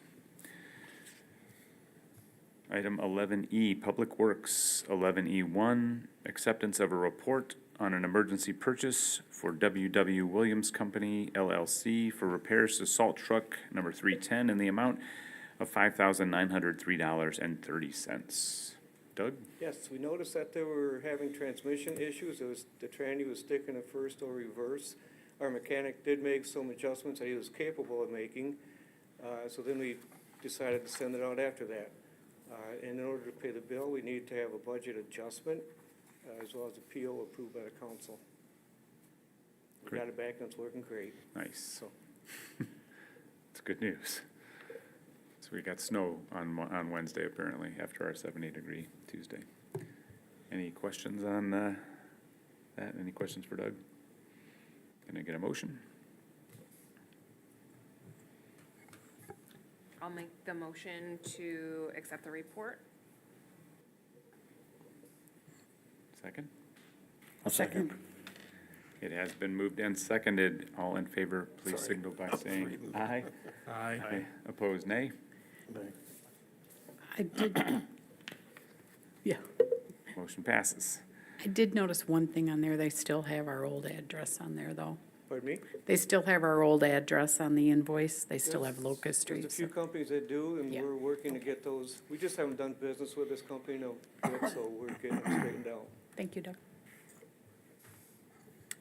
Item 11E2, request to authorize a purchase order from Abonmarche for Mahan Park Improvement, Design, Engineering, and Bidding in the amount of $39,000. Is this you again, Doug? We have been working with Abonmarche, and we did meet and come up with a scope of work, an estimated dollar amount for the design, the bidding, and the construction. Design and bidding will be in the current fiscal year, therefore this request tonight, and then the construction is expected to take place in the next fiscal year. So we're asking for approval for the budget adjustment and PO. And if there's any questions, we have a Abonmarche rep here. All right. Any questions regarding this? All right. Then can I get a motion? I so move.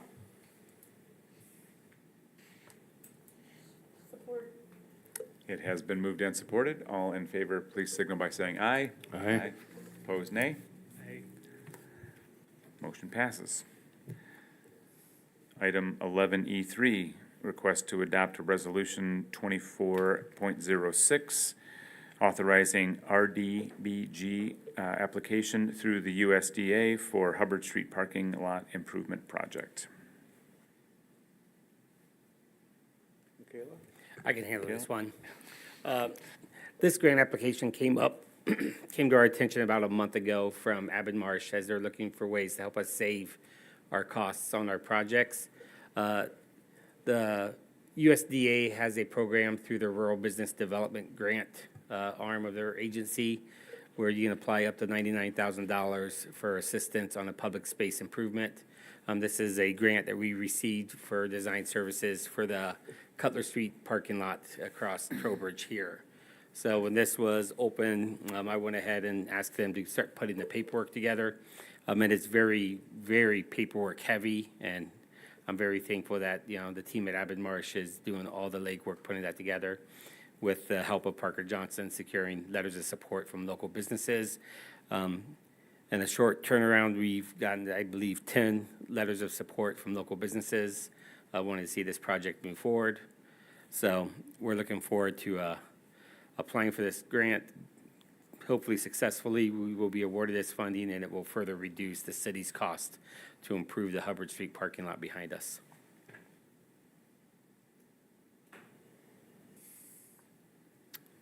Any discussion? Then can I get a motion? Make a motion, No. we adopt resolution 24.06. Great. Were you making a motion, or did you have a question? I had a question. Oh, go ahead. I'm sorry. That's okay. You just spout it out, Bill.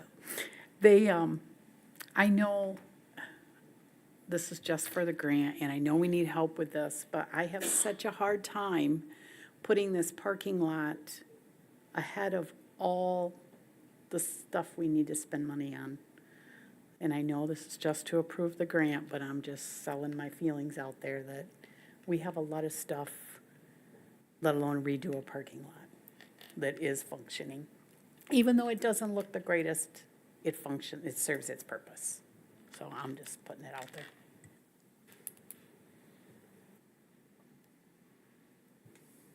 All right. We have a motion. I'll support. It has been moved and supported. All in favor, please signal by saying aye. Aye. Aye. Opposed, nay. Motion passes. Item 11E4, request to authorize a purchase order for Abonmarche for Hubbard Street parking lot improvement design and engineering and bidding in the amount of $48,000. We have been working with Abonmarche to come up with scope of work to mill and crush and shape the parking lot, correct? with some underground improvements for drainage.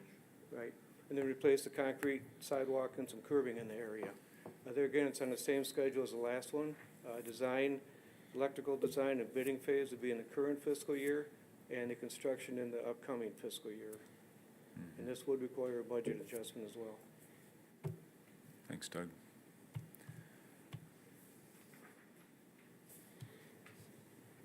Teresa just says ditto for her last comments.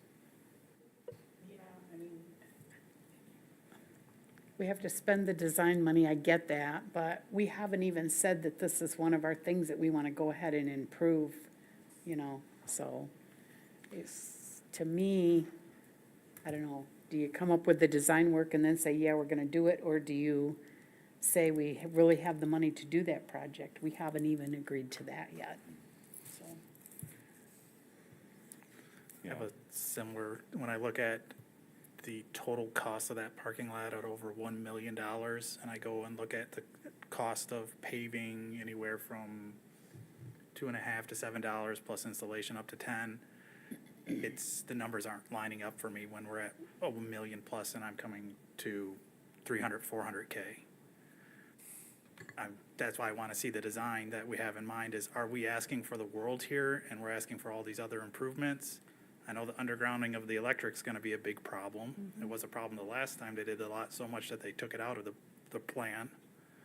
Because currently the power comes from Chestnut, cuts across the lot overhead, and that's gonna have to be buried underground. Who's gonna pay for the transformers? If they're ground mount, where are they going? Are we vaulting them? There's a lot of unknowns to me and why this project's at $1 million plus. So just very quickly, the $1 million number that you're referring to is one I believe that staff has presented. The actual estimate that we have from Abonmarche is $808,000. And that includes lowering the lines that are east-west across that parking lot as it speaks. Abonmarche and staff met with consumers last week to further have that conversation. We may pull the underground wiring completely from this project. My personal opinion, it results in a less attractive development, but it still, addresses one of the major issues we have there, which is drainage. It addresses the parking lot layout right now is just kind of tight. The quality of the asphalt behind City Hall here, that little alley, the plan that Parker shared with you, it's a plan that Parker and I are pushing, creates more of a respite park area there, a manageable park area where we don't have a lot of green space in our downtown. So, and then I would just, it is your central parking lot to your central business district. The city of Allegan has one central business district. It is shared, it's a public parking lot that is shared by, off the cuff, 15, 20 separate businesses. Hundreds, if not hundreds of people daily are down here. When we do our events such as July 3 and Bridge Fest, it is the main place where people land. So, and, with its large frontage along Hubbard, that we just invested a lot of money for our streetscape, I think we need to freshen up those entrance areas where the brick is falling apart, the railroad ties are being pushed up by trees. And then we're gonna address the curb cut out here where it's completely, lack of a better technical term, all jacked up. And we have some major issues out there as well. I mean, these are infrastructure needs that have to be addressed eventually. And the fact that we have $250,000 already secured from the federal government for this project, and hopefully we can get another 99,000. I mean, at the end of the day, we're spending 60 cents on the dollar to improve it instead of 100 cents on the dollar. Issue I have is when I just run through paving cost, when I'm looking up estimates of per square foot, and I estimate that lot's about 39,000 square foot. And I run the numbers, at the high end, I'm coming out to like 400K, and we're saying that's double. That's why I'm asking, what are all the improvements that are having here that are costing X amount more than just repaving the lot? Because for years, I've also asked, are we gonna start lot sealing? Because we put down asphalt and we never lot seal. We never go back and crack seal. We just let it go to the pit, and then we come back with $1 million project. I understand we have funding, but I don't necessarily, I still see our end of it at 600, even if you lower that down to 800, now we're at 300 or 400. I'm just very concerned where it's being spent, and I haven't even seen a design concept yet. And why it's so pricey. I think that's almost, what did we spend for City Hall? City Hall was just north of about 2 million. Million. We're Just spending- north of 2 million when we decided to put the elevator in. And we're looking at this project at $1 million. I just feel like we could probably come up with a better plan than what's here and still satisfy that the lot gets repaired. It's just a matter of looking at it from an alternative. We may wish and want certain things. Yeah, we can address some of the trees and stuff at that end, even during that time, to re-landscape that a bit, leave space for whatever walls we want to build to make it match our other lots. I understand we want some continuity in the downtown. We want it to look similar on Hubbard Street to what we do at the parking lot, but I'm just very concerned when we get told our Pacer needs $500,000 and then this comes up and it's on our at $500,000. We have to make priorities. And sometimes it may be to cut a project or to reduce the project's overall scope. Do either of the three of you, if we took I know that burying the line, the wires is a big cost, isn't, do you know off the top of your head, just a round number? of what- 150,000. I have the estimate in front of me. Okay, On where 150. and again, to push back a little bit on council, because I believe that's the role of a city manager sometimes, and to, advise, as I mentioned with the design, we haven't got to the final design. We got to the scope on, here's the whole kit and caboodle that we want to see. And then as we go through this, we can say, okay, maybe we shouldn't try to make the entrances to the rear of those buildings more accessible. Right now, there's 2 steps. Right now, the concrete tilts towards the buildings, which means drainage is going towards the buildings. And everything I've been taught from age 13 up, you want water to flow away from structures, not to structures. So storm, not the, the drainage. That looks to be around, $60,000 fixing the drainage. For those of you that have been in that back parking lot in the middle of a rainstorm, not a heavy rain, just a rainstorm, The new Lake Alley. it flood, yeah, you get a new Lake Allegan, as the mayor just said. So those are some of the things, replicating our stone ornamental gateways that we have on Cutler with there to build that tie-in with the seat walls across. That's part of this project as well. Will there be value engineering? Very much so. There was value engineering in this building when the first bids came in at 2.5. And we said, well, that's not gonna work, So approving the design tonight commits you to a design and commits you to a cost. And I understand that for council. What it does do is it gives us the opportunity to really zone in on, are there opportunities for value engineering in this area where we could pull back? And then as Doug and I talk about, 29 other miles of roads, unfortunately, this is a project that the grant funders want to fund. I wish the federal and state government would say, hey, let's go fund the reconstruction of Park Avenue. But that funding just isn't out there. And we have the opportunity to address this infrastructure at 60 cents on the dollar instead of $1 on the dollar. I mean, it's like getting a 30% discount on your construction costs. Now, the last thing I have, of course, is the alleyway. That's owned by the buildings, and we don't even have the right-of-way, and we're already designing stuff to go in it and do improvements on it. Are they being assessed for that improvement we're doing, or how are we running about that? Are we getting a right, are we getting, what's our plan? We do not believe we have easements in that area as it is. The city has been maintaining that area as long as anybody I talk to can remember. It used to be a through drive alley, and the city would plow it every winter. We would take a 1-ton truck, drop the blade, and push the snow through. I think the last time we got permission for improvements is when we talked to Morgan's Appliance, when we were upgrading the back end of the Regent Theater, and we realized that the brick was kind of falling off in the back of the theater, and we had to build that ramp, both for access, but also to create a support.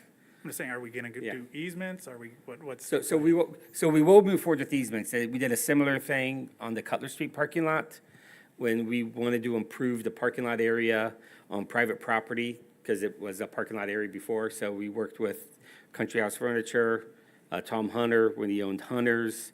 Have we talked to Craig the, Phillips and Bob Thank Leslie. you. Yep. I couldn't remember I Craig's gotcha. name. His picture is right there in my forehead. have we talked Yeah. to the building owners to see if they would be Yeah, fine so- with an easement, just to make sure that don't get somebody that's a holdup, and then that screws the whole project. So, yeah, we have talked to the building owners about a future easement, mostly about hanging lights and making it more of a public, art kind of alley. But this is a similar thing. We can have that we'll have that conversation. Opposed, but it's just something that can always be a hang-up, being that Yeah. we can't do improvements on private property with city funds. Correct, especially if you get the wrong property owner. One property owner can hold up a great plan when you have 10 saying yes and one says no. And then the other thing that I would just share with council, and this is a little bit of a one-off, but I've already instructed Parker to reach out to other cities that I know that have downtown parking lot assessment districts. If you own a building in the downtown, you get one great benefit, which is you don't have to pay to own or maintain your parking lot. That's done by the public. So a lot of cities have created assessment districts for the maintenance of public parking lots based on the size and spacing or the distance of a building from a public parking lot. And so we're going to kick around that idea and do a deep dive. So when we talked about assessment districts, about roads and parking lots, I'm like, yes and yes, because we've already started just putting that together, because it's a maintenance cost for the city. When we have to go in there and drop the blades, we clear the downtown first, including the public parking lots downtown, because they're needed for your central business district. I would say, in my mind, there's no doubt that parking lot needs a lot of work. And in order to move forward with that, we need to approve of the $48,000 budget adjustment for the design engineering. But I agree with Peter, like, as these things come in, it's at that point, and Joel said it as well, that you can cut certain things if it's not within the budget or that it's not a priority for council. I don't know what it would cost to do Water Street, but that is terrible as well. I know that that was up in the budget for, that one's, and there's rebar like showing, and, I mean, that's as terrible as well. So, I mean, I'm in favor of moving forward with the design, and then we as a council could really take it into consideration when it comes back on how far we want to go, or if we want to do it at all. I mean, that is the other option, so. The one question I have on this is why was this not in our budget if this project was in our budget? Why was not the design work and this work in our budget? In the current 2024 budget we're in right now? Yeah. Yeah, so that budget started in July 1st, 2023. And we were in the throes of the downtown streetscape project with still not a full understanding if we're gonna have any what-ifs, or not what-ifs, but eurekas in that project, because we just weren't far enough in. We didn't know if there was gonna be any unexplained costs or unintended costs with that project. We also thought it was gonna be a 2-year project. We also thought it was gonna be a 2-year project, correct. So as we developed the 2024 budget, we knew this was a need eventually, but it wasn't a pressing need. And then with the downtown streetscape, that $250,000 that the feds committed to our downtown was gonna go to our street light project. When the relationship with consumers and that idea soured, we didn't want to give up that $250,000. So we had to start thinking fast with the federal government on what other project in our downtown could receive this, because it had to stay in our downtown. That was our APE. So we worked with HUD to be able to redirect it to this. And that's when I instructed Abonmarche start putting this project together for us to bring forward to council. And I apologize, we had the discussion at the DDA many times. Probably should have brought the discussion up here, but that's just, that would be something that I, made the mistake of.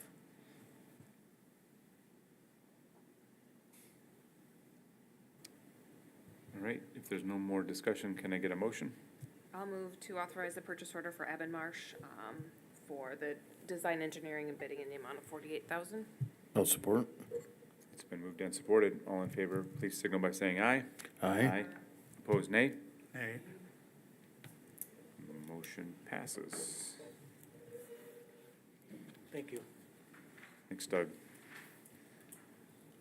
Item 11F, City Manager and City Clerk. Item 11F1, request to schedule a public hearing on the potential vacation of the undeveloped Sherman Street right-of-way off of Briggs Court and direct staff to work with the abutting property owners on an amicable solution.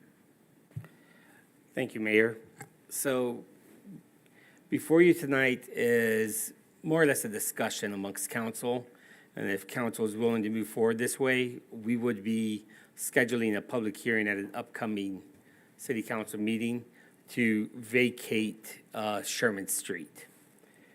This is a very convoluted issue in this neighborhood.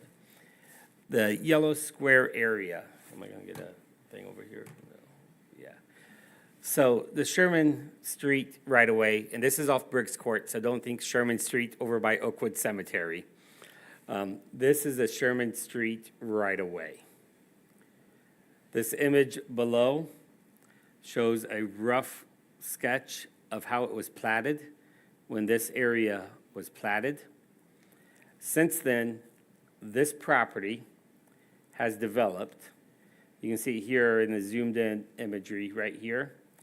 And they have built a garage that's in the right-of-way, a driveway that's in the right-of-way, and they have fenced in this area, which is all in the right-of-way. This property owner has taken over this whole area is their yard, as you can see. If you're good at aerial photography interpretation, you can tell this is mowed down some. This property has a driveway that goes over the right-of-way through here. Typically, when you vacate a right-of-way, I think as council is aware, we just put a line right down the middle, and property on the one side of the right-of-way gets it, and property on the other side gets it. The problem we run into is this part will come up this way, down the middle. This area right here would go to this property owner on this area. It is this household right here that's requested us to vacate the whole right-of-way. I asked the homeowner if they wouldn't mind just letting a sleeping dog lie, because it hasn't been a headache for the city for the past 100 years. But they have shared they would like the vacation to go through because they just want to tighten up their property lines. Friday night at 6 p.m., I am hosting all the property owners in that area at City Hall to have a discussion, to kind of say, okay, this is how it's going to have to work. The city will vacate it.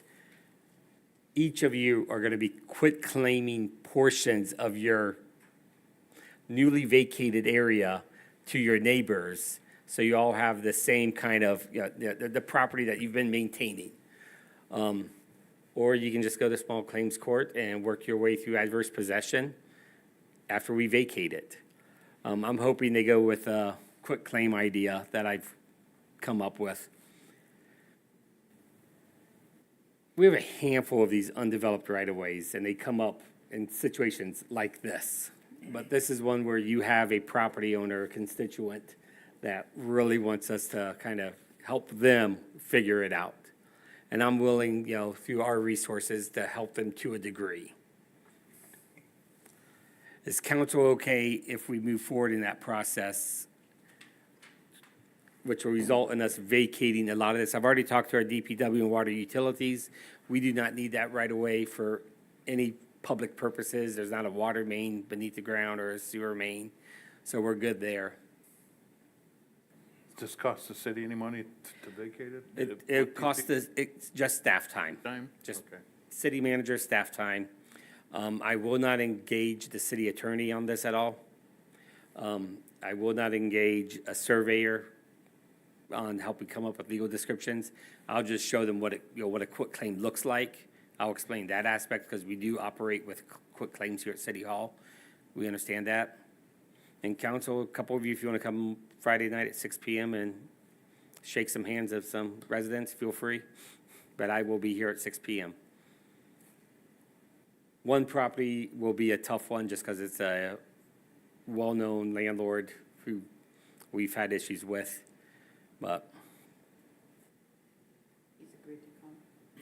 he has not returned calls yet. But he is a very small portion of it. I just need to make sure council is okay with us continuing down this path, and if you are, Michaela will get a public hearing scheduled. Any questions? Go through Teresa? No? You good? All right. If there's no questions or discussion, we'll entertain a motion. I make a motion to Second. approve. It has been moved and seconded. All in favor, please signal by saying aye. Aye. Opposed, nay. Motion passes. Item number 12, board appointments. 12A, request to appoint Steve Ampey to the Airport Advisory Board for a term set to expire on December 1st, 2026. Anybody have any questions about Mr. Ampey? If not, I'll make a motion to appoint Steve Ampey to the Airport Advisory Board. I'll second. it has been moved and seconded. All in favor, please signal by saying aye. Aye. Opposed, nay. Motion passes. Welcome, Mr. Ampey. Item 13, communications from city manager, council, and mayor. Joel, we'll start with you. Sure. Just to let you know, your March 11th meeting, I will not be here. I am going to be in Phoenix for some baseball games with my dad and my wife. So our annual spring training baseball vacation. All right. I will not be here March 11th. You will miss me, I'm sure. How are we gonna perform without you? I don't know. Probably smooth sailings. I'll be late to that meeting too, but. Parker, anything from you? Just a quick note, over the past couple of months, myself and Ryan and Michaela, with Joel as well, have updated the cityofallegan.org website, as well as the Griswold and Regent Theater websites. So everything has been refreshed and rejuvenated, so please check them out. I've been telling everybody, and if you see anything that's weird or looks wrong or isn't functioning correctly, there's a chance of that. And please let either myself or Ryan or Michaela know, and we can get that corrected and fixed. The city website is functioning. We're still going through. You'll notice if you are to go through and look at all of the different pages, that some have been reformatted with new font type, new font sizes and layouts, and then some might appear as they did previously. We're just kind of making our way through there, but the website is live and functioning now, so. Great. Yeah. Awesome. Thanks for that. Michaela?